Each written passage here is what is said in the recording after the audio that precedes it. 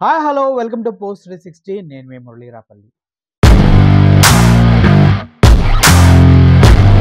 ఇప్పటి వరకు చాలా ఘోరమైనటువంటి అన్యాయాలు మనం చాలా చూసాం కానీ పక్షపాతం, చేతకానితనం అనేవి ఇప్పుడున్నటువంటి గవర్నమెంట్లో క్లియర్గా కనిపిస్తూ ఉన్నాయి. ఎందుకంటే ఒక వ్యక్తి తప్పు చేశాడని పదే పదే చెప్పటం వాళ్ళకి అలవాటైపోయింది. అది జగన్మోహన్ రెడ్డిని చెప్పడం అనేది వాళ్ళకి పరిపాటైపోయింది. ఇది గత 15, 20 సంవత్సరాల నుంచి జరుగుతున్నటువంటి తంతు కాబట్టి దానిలోంచి వాళ్ళు బయటికి రాలేకపోతున్నారేమో టీడీపీ గవర్నమెంట్ వాళ్ళు అనుకుంటూ ఉన్నాను. ఎందుకంటే ఏదైతే అదానీ విషయంలో అదానీ పైన వేరే కంట్రీలో కేస్ బుక్ అయిందో ఆ విషయంలో అదానికి పూర్తిగా ఊరట కలిగింది. ఎందుకంటే ఆ కేసులో అతని పేరు లేదనేసి నిన్న పెట్టిన మీటింగ్‌లో అదానీ టీమ్ వాళ్ళు క్లియర్‌గా చెప్పడం జరిగింది. మా పైన ఏదైతే అలిగేషన్ ఉందో అది వేరే కేసు. దానికి దీనికి సంబంధం లేదు. నేను కానీ, నా నెఫ్యూ కానీ ఇటువంటి కేసులో మేము లేము అని చెప్పడం జరిగింది అదానీ అండ్ టీమ్. సో, అదే విషయాన్ని మన మీడియా వాళ్ళంతా కిషన్ రెడ్డిని అడిగారు. కిషన్ రెడ్డి గారు అదానీ పైన కేసు పడింది కదా! మీరేం మాట్లాడతారు దాని గురించి అంటే, దానికి ఆ కేసు పైన ఆధారాలే లేవు. దానిపైన నేనేం మాట్లాడతా? ఇదంతా ఫేక్ కేసురా అభయ్ అని కొట్టిపడేశాడు. అర్థమైందా? ఆధారాలు లేని కేసని కిషన్ రెడ్డి క్లియర్‌గా చెప్పేశాడు. ఇంక అక్కడితో ఆ కేసుకి ఫుల్ స్టాప్ పడింది. అప్పటితోనే దానిపైన ఎటువంటి డిస్కషన్స్ అయితే జరగడం ఆగిపోయాయి. అక్కడే ఉన్నటువంటి రామ్మోహన్ నాయుడు, టీడీపీ పార్టీ తరపునటువంటి రామ్మోహన్ నాయుడు కూడా అక్కడే ఉన్నాడు. వీళ్ళన్నిటి కిషన్ రెడ్డి చెప్పిన మాటలన్నిటిని వాళ్ళు వింటూనే ఉన్నారు. కానీ ఆంధ్రప్రదేశ్ గవర్నమెంట్ వాళ్ళ యొక్క సో కాల్డ్ యెల్లో మీడియా ఏం చేస్తున్నారు? అదాని ఉత్తముడు, అదాని పూజనీయుడు, అదాని గొప్పవాడు, అదానికి అమెరికాలో కేసున్నా కూడా గొప్ప వ్యక్తి ఆయన. కానీ అదాని తరఫున కేసులో ఉన్నటువంటి జగన్మోహన్ రెడ్డి మాత్రం పరమ కిరాతకుడు.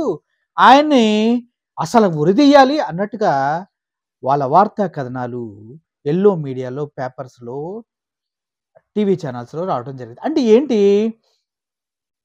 ఎప్పుడైతే జగన్మోహన్ రెడ్డి ఎళ్లి అదానీని కలిసి మాట్లాడిన తర్వాత సఖీతో ఒప్పందం చేసుకున్నాడు.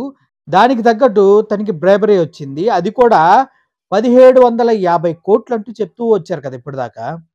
సఖీతో ఒప్పందం చేసుకుంటే అదానీతో చేసుకున్నాడని ప్రోపగండా చేస్తూ ఉన్నారు. ఓకే. ఇప్పుడు అదానీని మీరు పొగడటంలో మీ ఉద్దేశం ఏంటో మాకు తెలియదు. జగన్మోహన్ రెడ్డిని తొక్కేయాలని చూడటంలో మీ ఉద్దేశం ఏంటో నాకు తెలీదు. ఒకే కేసులో ఉన్నారని అభియోగాలు మోపబడినటువంటి అదానీ మీకు గొప్పవాడైపోయాడు, మంచివాడైపోయాడు. అసలు అదానీని అసలు నెత్తి మీద పెట్టుకొని అదానీ పైన ఒక్క కథనం కానీ, ఒక్కటి కానీ మీ పేపర్‌లో కానీ, మీ టీవీలో కానీ రావట్లేదు. ఎందుకు? సెంట్రల్ గవర్నమెంట్‌లో ఉంది మోడీ కాబట్టి మీకు మోడీకి అత్యంత సన్నిహితుడైనటువంటి అదానీని టచ్ చేస్తే మీ కూసాలు కదిలిపోతాయని మీకు తెలుసు కాబట్టి అదానీ దేవుడయ్యాడు. అదానీ గొప్పవాడయ్యాడు. కానీ అదే అదానీ కేసులో ఉన్నాడని చెప్తున్న ఛార్జ్ షీట్‌లో పేరు కూడా లేనటువంటి జగన్మోహన్ రెడ్డి గారు మాత్రం దుర్మార్గుడు, నీచుడు. అతని పైన మాత్రం తగు చర్యలు తీసుకోవాలంటూ వీరాలు పలుకుతూ ఉన్నారు. ఇది ఎంతవరకు న్యాయం? ప్రజలు ఇది అర్థం కాదా? మీరు చేసేది తప్పని మీకు కూడా తెలుసు కదా! ఒకే కేసులో ఉన్నవాడు ఒకడు దేవుడు ఎట్లా అయ్యాడు? ఒకడు పనికిమాలినోడు ఎట్లా అయ్యాడు? అని మిమ్మల్ని ప్రజలంతా అడిగితే ఏం చెప్తారు? ఏం చెప్తారని మీ దగ్గర ఆలోచన లేదు.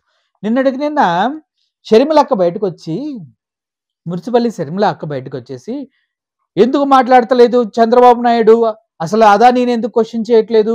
జగన్మోహన్ రెడ్డిని ఎందుకు అరెస్ట్ చేయట్లేదు? దగ్గర దగ్గర 1,00,000 కోట్లు తీసుకున్నాడు నాకేమి ఇవ్వలేదు అన్న రేంజ్‌లో మాట్లాడింది కదా షర్మిల అక్క. చంద్రబాబు నాయుడు గారికి మీరు లెటర్‌లు అందించడం అలవాటే కదా! ఒక మంచి లెటర్ రాసి అలా అదానీని అరెస్ట్ చేసి ఇండియా జైల్‌లో పెట్టేసేయండి అని ఒక లెటర్ పంపించపోయావా? లేదంటే జగన్మోహన్ రెడ్డిని అరెస్ట్ చేయండి లేకపోతే నేను నిరాహార దీక్ష చేస్తా అని షర్మిల నిరాహార దీక్ష చేస్తే బావుంటదని నా ఒపీనియన్. ఆ! ఎప్పుడు అన్నయ్య పైన ఎలిగేషన్ వచ్చినా కూడా ఎగేసుకొనొచ్చే నీకు కొద్దిగా కూడా సిగ్గు లేదా? శరం లేదా? అని ప్రజలంతా అడుగుతున్నారు. మరి నువ్వు ఏ సమాధానం చెప్పుకుంటావు? ప్రజల్లోకెళ్తే మాత్రం నీకు గట్టిగానే ఉంటది ఈసారి షర్మిల గారు అని చెప్తూ ఉన్నారు. ఓవరాల్‌గా మనం ఇక్కడ చూసుకున్నట్లయితే అదానీకేమో క్లీన్ చిట్టు, జగన్మోహన్ రెడ్డి గారేమో డెవిల్. క్లీన్ చిట్ ఎక్కడి నుంచి వచ్చింది? డెవిల్ ఎలా అయ్యాడు అనేది వీళ్ళకి ఆన్సర్‌లే ఉండవు. ఎన్డీఏ కూటమిలో ఉన్న చంద్రబాబు నాయుడికి అదానీని టచ్ చేసే దమ్ము లేదు.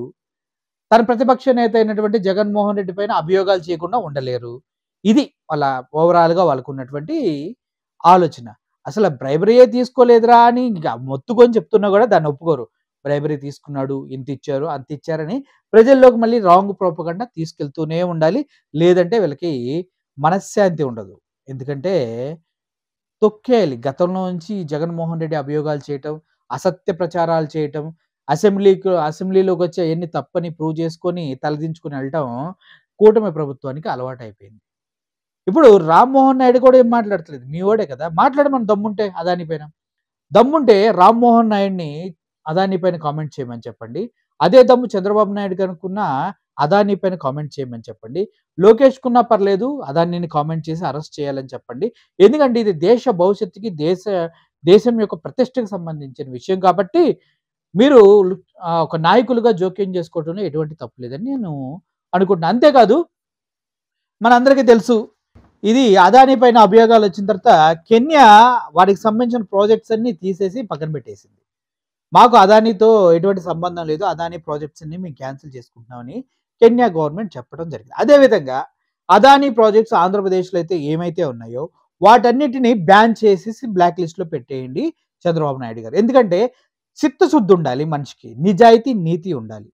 ఆంధ్రప్రదేశ్ ముఖ్యమంత్రిగా మీరున్న పదవికి న్యాయం కలగాలంటే అదానికి సంబంధించినటువంటి ఇన్వెస్ట్మెంట్స్, అదానికి సంబంధించినటువంటి ప్రాజెక్టులు ఆంధ్రప్రదేశ్‌లో ఏవైతే ఎస్టాబ్లిష్ అయ్యి ఉన్నాయో, ఏవైతే జరుగుతూ ఉన్నాయో అవన్నిటిని ఇమ్మీడియేట్‌గా ఆఫ్ చేసేసి వాటన్నిటిని బ్లాక్ లిస్ట్‌లో పెట్టి అదానిని మాత్రం ఆంధ్రప్రదేశ్‌కి రాకుండా చేసే రెస్పాన్సిబిలిటీ చంద్రబాబు నాయుడు గారిది. ఎందుకంటే ఒక బ్లాక్ లిస్ట్‌లో ఉన్నటువంటి వ్యక్తి ఒక అమెరికన్ కోర్ట్‌లో కేసు పడిన వ్యక్తి, ఒక కేసులో తను ముద్దాయిగా ఉన్న వ్యక్తిని మన ఆంధ్రప్రదేశ్‌లో ప్రాజెక్టులు చేయించడానికి ససేమిరా ఒప్పుకునే అవకాశం లేదు. It's a pride of Andhra Pradesh. Andhra Pradesh ఉన్నటువంటి గొప్పతనాన్ని మనకి కించపరచడం అవుతుంది. ఆ దమ్ముందా మరి? ఏమంటే ఎళ్లి అదానితో మేము పెట్టుబడులు తెస్తున్నాం, అదానితో ఇంత పెట్టించాం అని ఫోటోలు దిగి సోషల్ మీడియాలో పోస్ట్ చేస్తుంది మీరు కదా! అది ఆపేయండి ఇమ్మీడియేట్‌గా. అదాని ప్రాజెక్ట్స్ ఏవైతే ఉన్నాయో సోలార్ పవర్స్ కావచ్చు, ఇన్‌ఫ్రాస్ట్రక్చర్స్ కావచ్చు, పోర్ట్‌లు కన్‌స్ట్రక్షన్స్ కావచ్చు, ఎయిర్‌పోర్ట్‌లు కన్‌స్ట్రక్షన్స్ కావచ్చు, రోడ్ కాంట్రాక్టులు కావచ్చు, ఏవైతే బ్రిడ్జెస్ కాంట్రాక్ట్స్ కావచ్చు, అదానికి పవర్‌కి సంబంధించినటువంటి అన్ని డీల్స్‌ని ఇమ్మీడియేట్‌గా ఒకే ఒక సంతకంతోటి మీరు ఎలాగో 20,00,000 జాబ్‌లు ఇస్తానని చెప్పారు కదా! ఒక సంతకంతోటి. డీఎస్సీ నోటిఫికేషన్ ఇస్తా అని చెప్పారు కదా! మెగా డీఎస్సీ ఒకే ఒక సంతకంతోటి. అలాగే అదాని ప్రాజెక్ట్స్ అన్నిటిని ఆంధ్రప్రదేశ్‌లో తీసేయగలిగే సత్తా, దమ్ము చంద్రబాబు నాయుడు గారికి ఉందా? కెన్యా అనేది ఇంత బుడ్డ దేశం. ఆ కెన్యానే వాళ్ళ దేశ పరువు ప్రతిష్ట కోసం అదానితో ఉన్న డీల్స్ అన్ని క్యాన్సిల్ చేసుకుంటే, ఆంధ్రప్రదేశ్ తెలుగునాడు ఎంత పౌరుషం ఉంది మనకి. ఆ! అన్న ఎన్టీఆర్ గారు స్థాపించిన పార్టీ టీడీపీ పార్టీ. అందుట్లో ఉన్న వాళ్ళు ఎంత పౌరుషం కల్లా.